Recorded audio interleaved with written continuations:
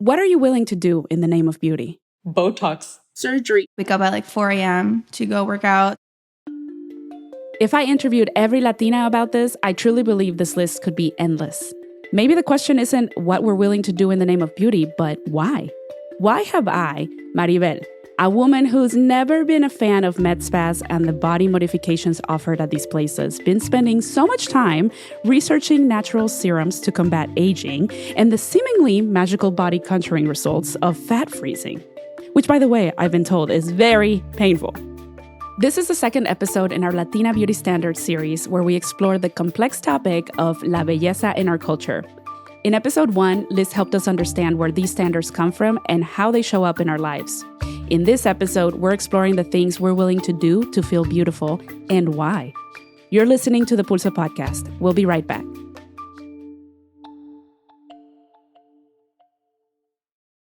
As a millennial woman who grew up watching telenovelas, I did not escape the message that beauty is important and keeping it is the key to long-term happiness. Just ask anyone who's ever watched María la del Barrio, Muchachitas, or Betty la Fea. Cliché storylines aside, many of the shows we Latina millennials grew up watching also always had something in common that made them, quote, beautiful by society standards. And let's be real, outside of the telenovela life, we had few other Latinas to look up to when we were growing up. Jennifer Lopez was my vibe. Like, she was like the thing in the media that I related myself to. This is Christy Lasso, an indigenous Peruvian millennial Latina focused on decolonizing motherhood and breaking intergenerational cycles. I asked her what she thought the women that she often looked up to had in common. They're white passing. They're obviously like in shape, thin. I recognize that, as an indigenous woman, I'm never going to have this very thin body, right? But back then, I wanted to be a Victoria's Secret model. Christy and I are not exactly telenovela or Victoria's Secret material. So I wanted to hear from someone who, in my humble opinion, checks all of these conventional attractive Latina boxes. My full name is Katia Reguero Lindor. Katia is a Latina, Boricua to be exact, who is currently balancing parenting, marriage, and social activism. I asked her to share what experiencing these cultural standards of belleza has been like for her. I'm Puerto Rican, and I had in this ongoing joke that you don't go to the supermarket without having your hair and makeup done. But something that was like a more subtle, unspoken innuendo was body image. My mom has always been fit. As an impressionable young child, that meant to me, I gotta look fit. I gotta look good. Having a nice toned body was really important. And so I would find myself really frustrated with my body because I wouldn't get skinny and ripped because I have bigger butt and bigger hips and I'm naturally thicker than my mom is. And so I was never achieving that beauty ideal that I would see in like Victoria's Secret magazines that my mom would receive. Hold up. Thin, white passing, in shape, gorgeous women like Katia have body image issues? Well, I'm screwed. Is that what you're thinking? Because that's what I was thinking during this conversation. Would you say that these models in the magazines were some of the people that you remember kind of looking up to? So me being a, white passing Latina, I was like, I guess we're the same skin type, but I still didn't feel identified with a lot of them because it just seemed like they were the same kind of blonde, blue-eyed, straight hair, skinny. And it just seemed like that was the standard of beauty to look up to.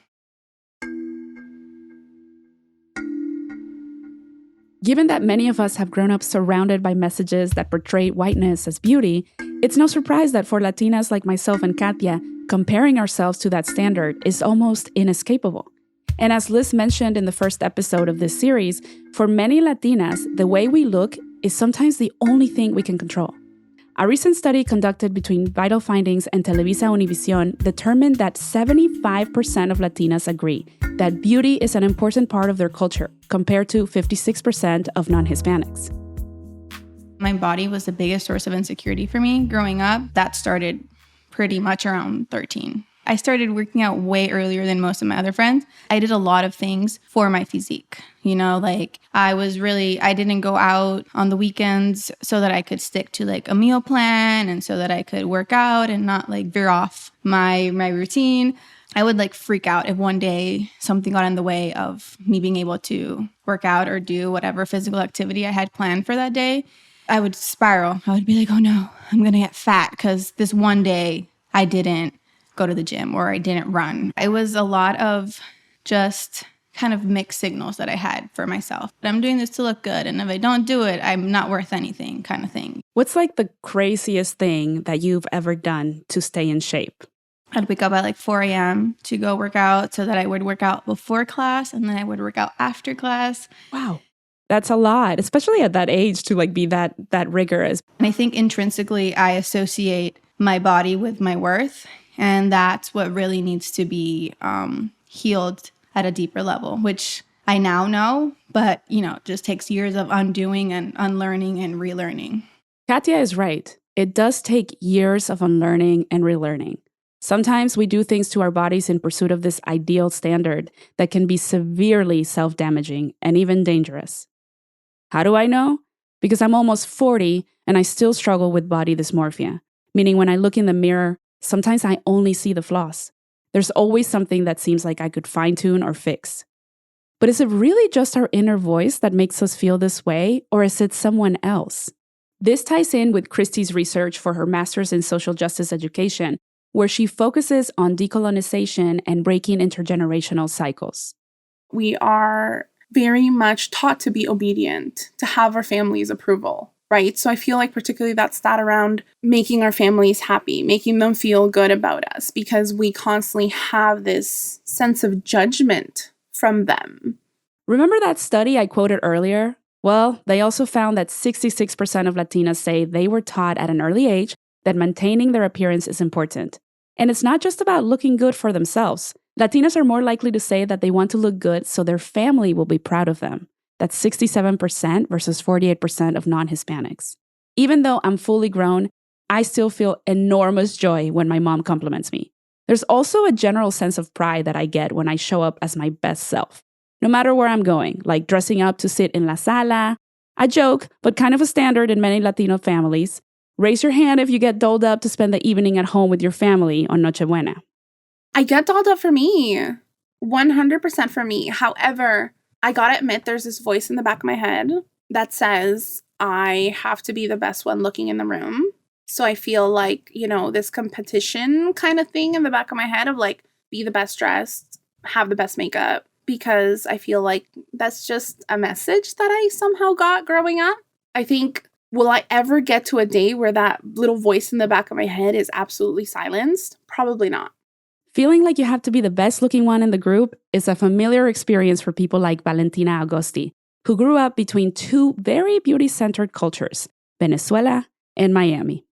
If you're Venezuelan and here in Miami, if we're walking down the street or in a mall, I could point out who are the Venezuelan women. There's just a look. There's a body shape, the perky breasts and the tiny waist and the big hips. So you stood out if you don't look like that, So you have to have a big, strong personality to be like, I don't want to look like that. What's the craziest thing or the strangest thing you've ever done in the name of beauty? Botox. Botox is like you freeze your nerves. So that's pretty crazy. But I still do it and I'm proud of it and I love it. Why are you proud of it? Why not do it if it's going to make you feel better? I don't like needles, so I could never do that. I sweat and I get nervous, but it's momentary. It goes away. So would you say it's worth it, the pain? Oh, for sure. No pain, no gain, baby. Valentina's expression reminds me of every time I had hair waxed off my body, or the first time I had laser hair removal. Ouch! Did I do all of this for myself? I could argue that I love how smooth my underarms are now, and I want to believe that external factors have nothing to do with my desire to fit into a standard, improve my physical appearance, or even completely redesign it. But if I'm being totally honest, I personally have a hard time believing that as Latinas, we are truly, quote, doing all of this beauty stuff for ourselves. And as far as I can tell, we don't yet have the research that shows us otherwise. Because since the existence of mass media, we've been subjected to specific standards of beauty. As a woman living in the United States, it is nearly impossible to escape this message. Do you think that there's anything in there related to society beauty standards that you're trying to appease or relate to? I mean, yeah, maybe in a small degree I am appeasing.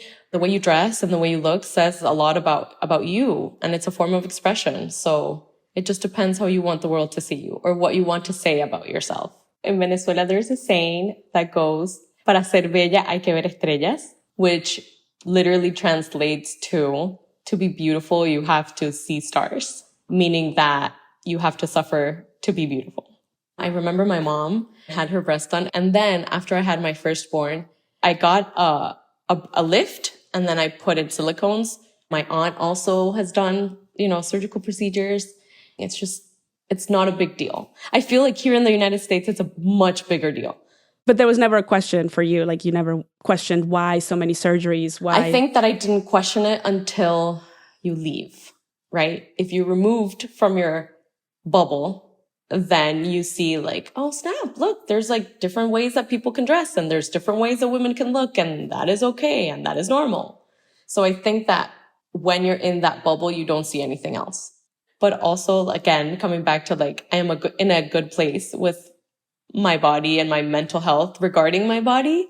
So I think it's controlled. I think the trauma is not coming through, right? Like it's good. I admire Valentina's relaxed outlook on beauty and self-love. I also can't say I've never thought about turning the clock back on my postpartum mamacita body. Raise your hand if you've had a baby or two and know exactly why Valentina had her breast done. That's another thing that we have society standards to thank for, the snapback body.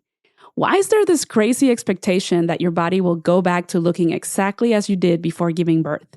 What a load of crap. And there's a whole industry dedicated to this magical illusion. Yesterday, I tried shapewear for the first time. And let me tell you, I wasn't wearing it just to sit in the sala. I'd made sure my husband saw me make a few laps around the house before I changed back into real people clothes. This makes me wonder, has our devotion to beauty become an obsession? Here's Christy Lasso again. When I say my body, my rules, and I teach that to my daughter, and I feel that everybody should have that. Like if you, for example, want to get a surgical procedure to look a certain way, and that's going to make you feel better about your life and feel better about yourself, I'm not going to judge you for that because that's your body. It's not my business. However, I do see a systemic issue and a cultural issue with how we are taught not to love ourselves. We need to remember that we are under a very colonial, Eurocentric beauty standard space through and through. So, we're going to always have pressure to look a certain way, be a certain way. And especially when we live in a society where trends are constantly changing. Like, how do you keep up? It is more powerful and it is more empowering and it is more outstanding to love you for everything you are than try to be something that maybe is not meant for you.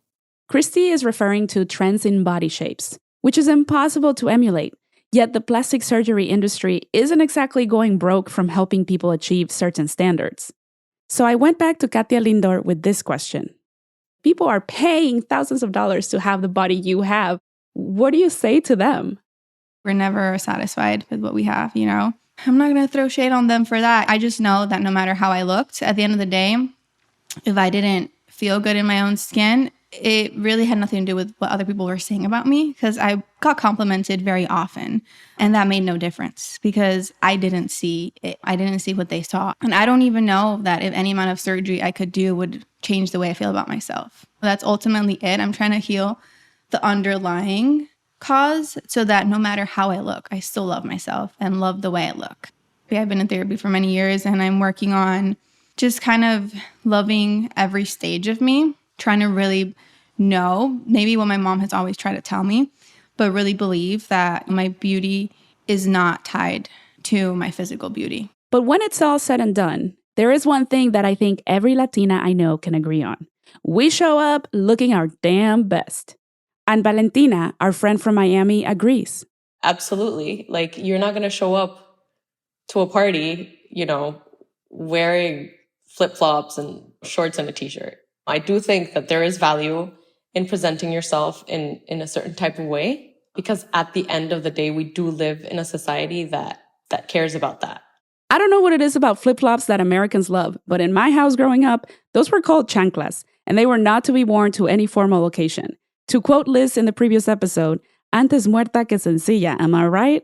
There is research that says Latinas and Black women are the top consumers of beauty, not just in makeup, but perfume, body care, hair care. For bad or for good, a culture expectation to show up ready, right? And when you show up to the parties, de la familia, the quinces, whatever, right? That's Leslie Valdivia, founder of Vive Cosmetics, one of the few Latina-owned makeup brands out there. I talked with Leslie and her co-founder, Joanna Rosario, to find out what kind of impact Latinas have on the modern cosmetics industry. We come in all shapes. We have so many different cultures. There's so much nuance in our Latina community that it wasn't represented. And that's what we noticed and we realized. And that's one of the reasons why we decided, well, let's take it upon ourselves to create something where we feel seen ourselves and others can feel seen as well. Do you think the beauty industry helps our people, our community, or do you think it hurts us? The beauty industry is still a toxic place. Companies are launching more products than ever. There's new launches every single week, profiting off millions of dollars. And people could say off people's insecurities. I do feel that the beauty industry is very toxic as well. In their campaigns and their photos, there's so much Photoshop and there's so much, that at the end of the day, it's showing our community that, you can't have texture. You have to look a certain way and in order to be accepted. And one of the things that Leslie and I do is we do not Photoshop our photos. That's one of the things where it hurts our community, and people who don't feel seen in these campaigns feel that they need to change who they are in order to fit in. I'm definitely one of those people that Leslie and Joanna are talking about.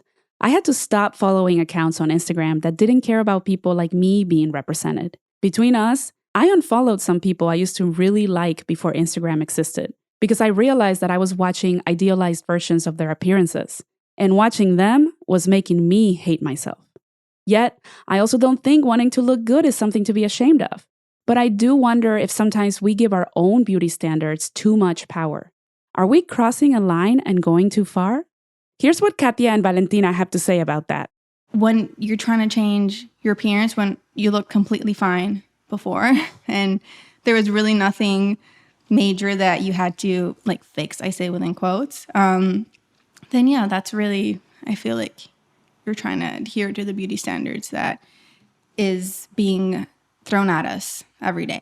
Like the lip injections, that's such a fad nowadays where I feel like I can't even differentiate anymore between women who had it naturally and women who don't, because it's everyone has it.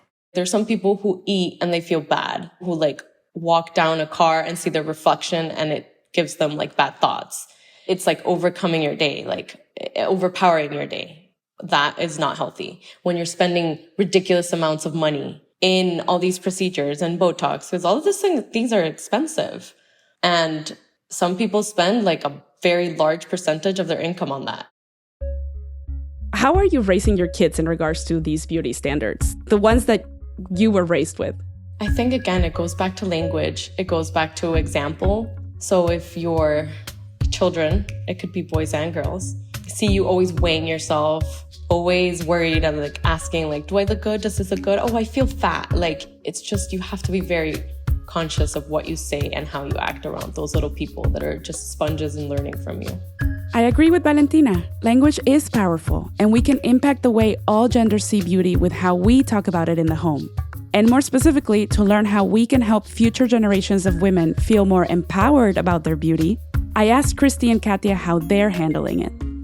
You have a daughter, so what kind of physical expectations do you want her to have for herself?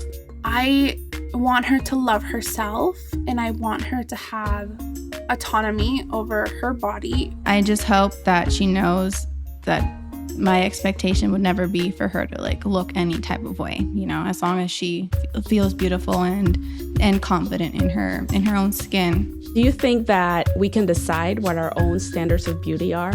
Absolutely. I really want to believe so. 10 years ago, you couldn't.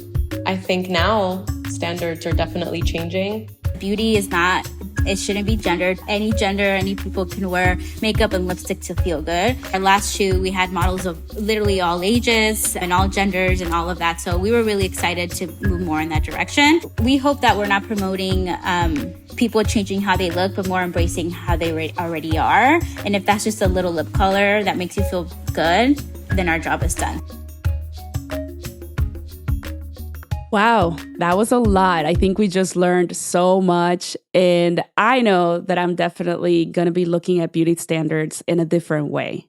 It was a lot. And we tried to cover so many things in 2 episodes. I have to say that I was a little nervous going into my episode because I was worried about the things that it would bring up in me. And as you all have heard, it definitely brought up some things and some insecurities and things that I'm not sure are really going to go away anytime soon, because the truth is we don't have the answers. We don't have the resolution. It shows that this conversation is really complex, that we're not going to find a solution, and that's not our job, right? We just really want to open up the conversation so that our listeners feel identified and know that you, Maribel, and me, we're grappling with the same questions, and we're curious about how to come out of this more empowered, more empathetic, and more understanding of what beauty means to all of us and how to move forward in a positive way. And I really like that about what we discussed. I like the idea of defining beauty for ourselves. Like, can we take the narrative back and put ownership on that and decide what that is for us? And I think that this new generation is doing that better. I am hopeful for that. And it makes me really excited to see my daughter Eva grow up in a world where she is not going to have the same insecurities that I had, the same pressures that I grew up with, or the same expectations that you and I are still trying to do away with and redefine what we want to keep and what we want to leave back. So the future is bright for all of the Latinas, Latines who are going to be up and coming in our society to just own it for themselves. You can subscribe to the Pulso Pod wherever you get your podcasts. And if you like what you heard, please leave us a review on Apple Podcasts and tell a friend to give us a listen. Have questions or story ideas to send our way? Send us an email to info@projectpulso.org. This episode was written and produced by me, Maribel Quesada Smith. Editorial oversight by Jackie Nowak. Audio engineering and mixing by Charlie Garcia. Music by Julian Blackmore.